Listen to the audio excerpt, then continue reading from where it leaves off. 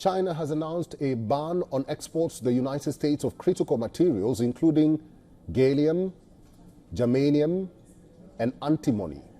These materials, essential for semiconductors, military equipment, and renewable technologies, fall under dual-use items with civilian and defense applications. Beijing says the restrictions effective immediately. Hello and welcome to another episode of the Silk and Steel podcast. I'm your host, Carl Za. Today we bring you another tech war update with TP Huang, a returning guest who is an expert in Chinese EV and semiconductor development.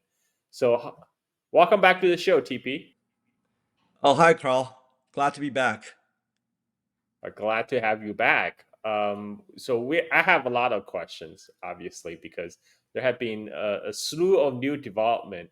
United States government, as expected, have increased chip sanction against China because their logic is if the chip sanction hasn't worked, that's because there hasn't been enough sanctions. So maybe more sanctions will help.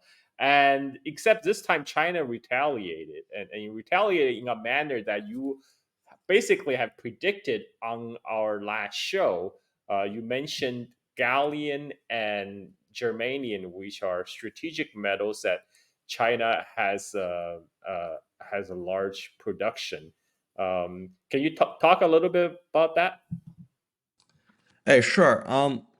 So unlike the previous two times, I think 2022 they were caught off guard when the initial sanctions came in, and last year their responses also came a couple months later.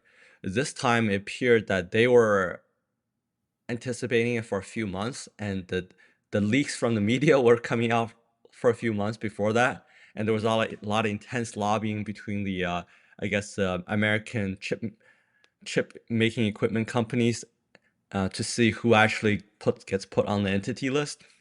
So it took maybe 1 or 2 months more to come out, and the Chinese government this time seemed to be very clear-eyed and very uh, they seem to be very ready for the latest round because their responses came basically the next day. And if you look at what the current round of sanctions actually put through, which was basically aimed at a lot of the chip making companies, put them into entity listing, and saying earlier that you can't really incorporate Chinese supply chain and American semiconductor chip makers, and also I think they also blocked the sale of HBMs, which are used in what they call high bandwidth memory chips, which are used for AI GPUs and such. Once those got put in place, my sense is that the number of firms who are actually getting affected is not very high this time because we've known for a while now that the Chinese chip makers and the Japanese chip making equipment companies have been very much going toward using domestic supply chain for the critical components. So uh, most of the I haven't read anyone that said we're going to be really affected by this from a Chinese point of view.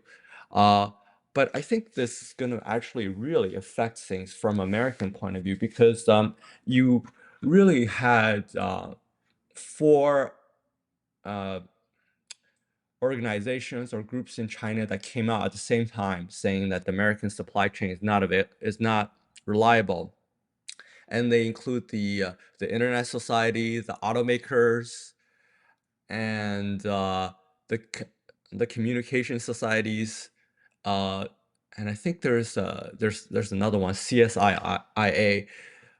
What the implication of this from just you know the import-export point of view is that American exports to China, the two largest categories are farming and chips. So a lot of the American chip companies like Texas Instruments, Qualcomm, and even Nvidia actually and Intel, these guys they get a huge portion of their income from the Chinese market. like there's a lot of Chinese OEMs of automotive industry or um, the phone devices and the mobile home applications are using American chips because they had been treated evenly, like equally, like any of the other foreign firms. So having a directive like this coming through is telling its members saying, you guys, you got to stop being naive. This ship isn't coming back anymore. If you haven't got it up to this point, you have to start looking for alternatives. Even if you don't look for the Chinese chip makers, you can look for Europeans or some of the other ones. I'll give you an example. There's a company by the name of ST Micro, like a huge legacy chip maker. And they make a lot of the automotive chips. They make a lot of the power modules. And one of the things they did in the past couple years is one, they partnered up with SAN to produce to make one of the larger silicon carbide fabs in China. Like it's a JV. It's going to be made in, I think it's going to be made in Chongqing, and it will supply a lot of the automakers in China, the EVs. And also recently, they struck another deal with Huahong, saying that we're going to produce all the all the auto chips at Huahong's fab instead of our European fab or any of the other fabs that we have. So, I think going forward, if the Western chip makers want to keep their market share in China, they have to demonstrate that they can continue a very steady supply, even if there's further sanctions coming in from the American government. So that will mean like the Chinese buyers of these chips will only I guess prefer the ones that are produced in China, and that's a big deal for like this entire chip war because the Chinese market is humongous, and if you lose the Chinese market, your stock value will drop a lot, and then it will cause you to basically have a serious issues to conducting R&D for future investments. And like this past year, things have been really tough on Intel and a couple other chip makers in America. And then the critical minerals that got restricted are even more interesting because the original round that restricted gallium and germanium, they were more to just discourage export to institutions like the U.S. military that China doesn't want to end up in. The effect of that was it caused basically the germanium and gallium export to plunge by like 50% or something like that. And then they added antimony later. China just announced that it is banning exports to the United States of precious metals and things that we use pretty much every single day. The ban is on 3 metals, gallium, germanium, and antimony, and it goes into effect immediately. The US gets more than half of our supply of these precious metals from China, and it's used in things like chips for your phone, for all of our electric cars, most disturbingly, military equipment. China hasn't retaliated much, but we're starting to see signs of some of that retaliation now. So, what are germanium and gallium? They're metals, they're not found naturally, they're byproducts of refining other metals, such as zinc, for example. Germanium is a byproduct of zinc, gallium a byproduct of both zinc and bauxite ores. What are they used for? Well, for germanium, they're used in things like solar products that can be put on satellites up in space, fiber optics for communications, night vision goggles, and other military applications as well. For gallium, the key here is about gallium arsenide. This is a compound of this metal. These are used in radio frequency chips, which go into cell phones. They go into satellite communications and many other communication devices. They are also a key compound in the manufacturing of semiconductors, which we know go into all sorts of devices as well. So these are very important, although very niche, metals. So what countries actually produce these metals? China accounts for 60% of the world's germanium production, 80% of the world's gallium production. In terms of gallium arsenide, the compound I mentioned that's critical to all the other parts, few companies can do it. It's extremely complex. In a world where critical minerals shape global power, one element stands at the crossroads of defense, energy, and technological supremacy: antimony. From armor-piercing ammunition to advanced batteries and semiconductors, this vital mineral powers the backbone of Western defense and industry. But there's a problem. China controls up to 80% of global supply, and they're tightening their grip, with recent export restrictions from Beijing sending shockwaves through global markets.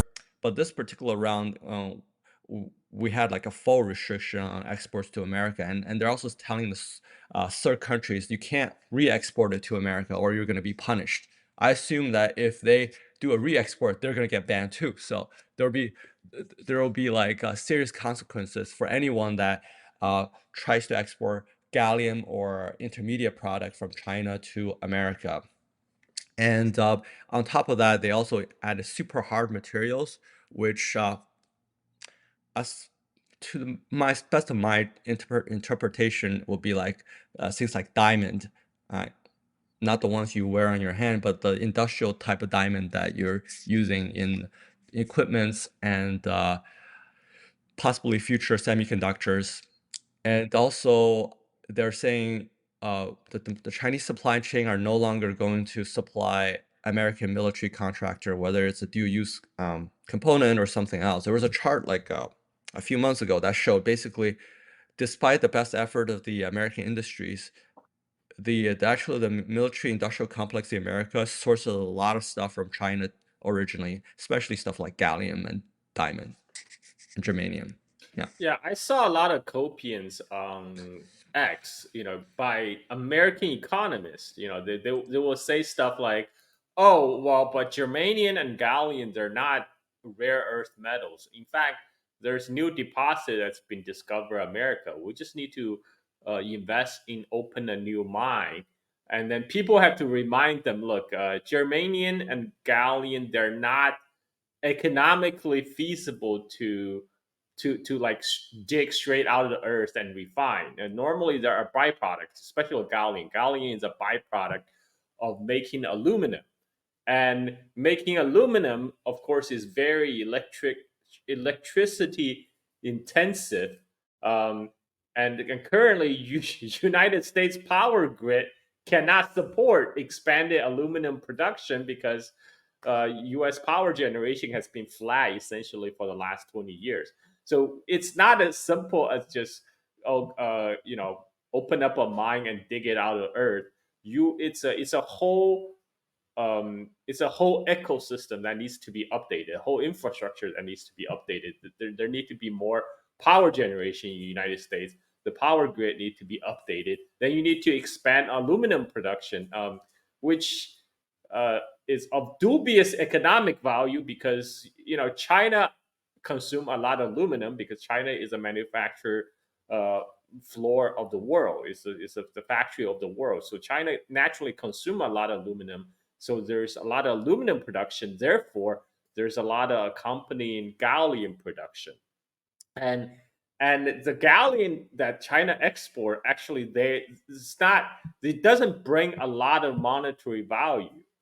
Even though gallium itself is quite essential in semiconductor making, but it actually doesn't generate a whole lot of export value. So it actually makes sense for China to restrict the export because China is not making that much money out of the export anyway, but it is vital. So this is where I think it's really amazing. Like even economists, American trained economists, don't even realize this because I think this goes back to what we talked about earlier, where so many people in America has been so disconnected from manufacturing process. They don't realize what it takes for manufacturing anymore, and so they're not even aware how galleons are being